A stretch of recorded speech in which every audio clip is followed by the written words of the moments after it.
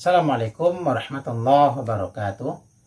Bismillahirrahmanirrahim. Alhamdulillahirabbil alamin wa bihi nasta'in wa ala umurid dunya waddin. Asyhadu an la ilaha illallah wa asyhadu anna Muhammadan abduhu wa rasuluhu.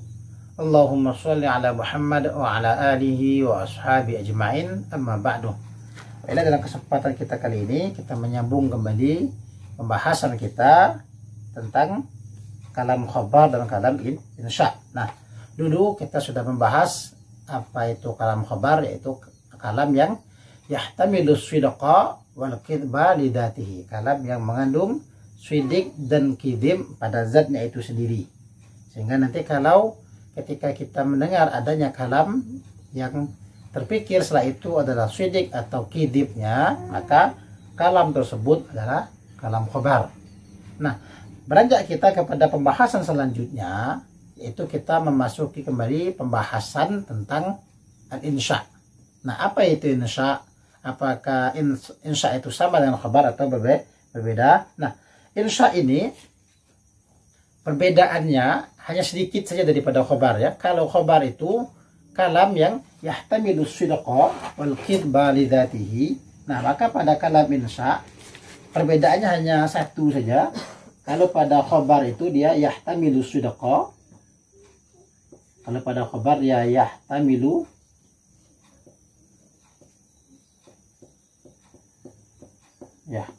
sidqa. Yahtamilu sidqa wal kidba lidatihi. Jika dulu kita memahami bahwasanya khobar itu kalam yang mengandung kalam itu sidik dan kidib pada zatnya, maka kalau khobar itu kalam yang kalau khobar itu dulu kalam yang ma yahtamilu sidqa wal kidba, kalam yang apa-apa yang mengandung sidik dan kidib pada zatnya, dari zat itu sendiri. Artinya ketika kita mendengar kata, misalnya dikatakan safara Muhammadun, atau kita katakan hadza talibun, maka yang terpikir adalah sidik dan kidibnya. Maka ketika kita bicara kalam insya, tidak lagi mengandung sidik dan kidib, dia adalah mala yahtamilu sidqa wal kidba lidatihi. Apa-apa yang kita maksud di sini adalah kalam yang sekarang dia masuk di tidak, kalam yang tidak mengandung sidik dan tidak mengandung kidib. Artinya ketika mutakallim menyampaikan itu, mukhatab tidak lagi memikirkan sidiknya kalam itu, jujurnya kalam itu, dan kidibnya atau dustanya kalam. Kalau dulu ketika mutakallim berbicara, mukhatab mendengar kata-kata hadza kitabun. Ketika dikatakan hadza kitabun, maka akan dilihat apakah ini sidik atau kidib. Kalau ini sesuai mutabik lil waqi', maka dikatakan dia sidik. Tapi kenyataan ini bukan hadza kitabun, ya. Ini bukan hadza kitabun, maka ini adalah kalam yang kidib karena dia ghairu mutabik lil waqi'.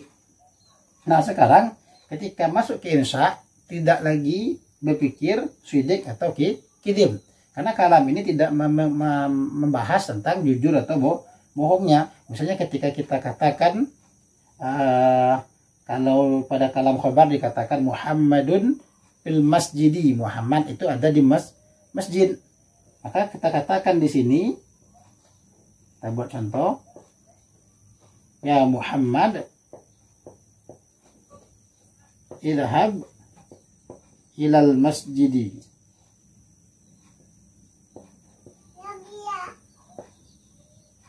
Ya Muhammad idhab ilal masjidi. Nah, kalau dikatakan Muhammadun dhahaba ilal masjid, Muhammad pergi ke masjid, tentu kita berpikir sidik atau kidib. Tapi kalau sudah bentuknya begini, ini tidak lagi memikirkan sidik dan kidibnya. Wahai Muhammad, pergilah ke masjid.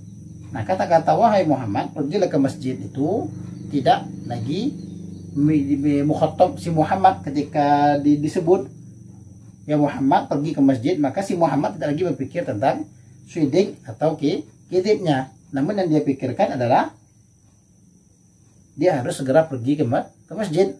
Begitu juga misalnya ketika dikatakan kepada Muhammad, ya Muhammad.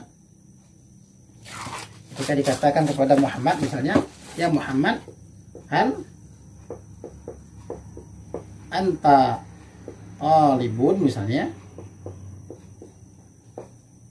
Ketika dikatakan ya Muhammad, hal anta talibun, maka si Muhammad tidak lagi berpikir apakah ini syidik atau tidak. Berbeda dengan halnya kalau dikatakan ketika dia katakan anta talibun, ketika si mutakallim menyampaikan kepada Ahmad, anta talibun, kamu adalah seorang pelajar, maka itu bisa syidik, bisa kidim. Tapi kalau ditanyakan hal anta talib, apakah kamu seorang pelajar, maka kata-kata hal anta talibun ini dia adalah insya, karena dia tidak lagi mengandung syidik ataupun kidim.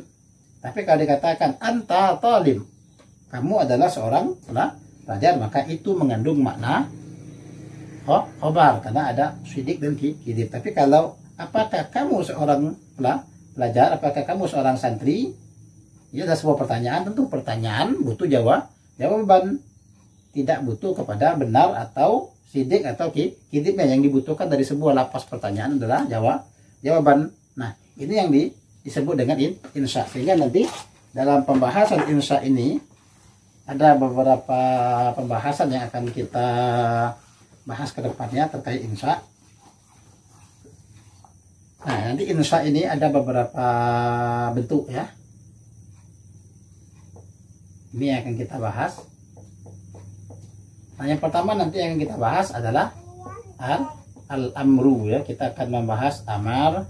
Kedua nanti an-nahyu.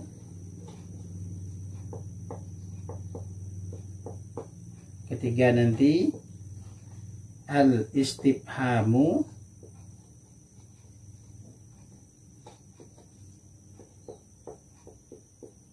Yang keempat nanti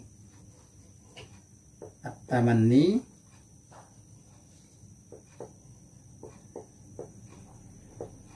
Yang kelima nanti an-nida. Nah, ini akan kita bahas nanti dalam kesempatan kita berikutnya. Amar, apa itu amar? Secara sederhana mungkin amar sama kita tahu, amar itu adalah perintah. Misalnya dikatakan bacalah, ikro ya, uktub, tulislah, maka kata-kata amarnya tidak butuh kepada syidik dan kidim ya. Begitu juga nanti ada nahi. Kita tahu kalau nahi itu adalah larangan. Tentu nanti akan ada larangan, jangan pergi, jangan menulis, jangan tidur misalnya. Atau nanti ada istifham. Istifham biasanya kita tahu adalah pertanyaan. Maka pertanyaan itu tidak butuh dipikirkan benar atau bohongnya, tapi yang dibutuhkan adalah jawaban. Nanti begitu juga tamanni ya, atau angan-angan. Nah, angan-angan juga termasuk insya karena tidak ada benar bohongnya yang terjadi pada amar. Angan-angan itu namanya juga angan-angan. Nanti juga termasuk, ini adalah nida atau seruan ya.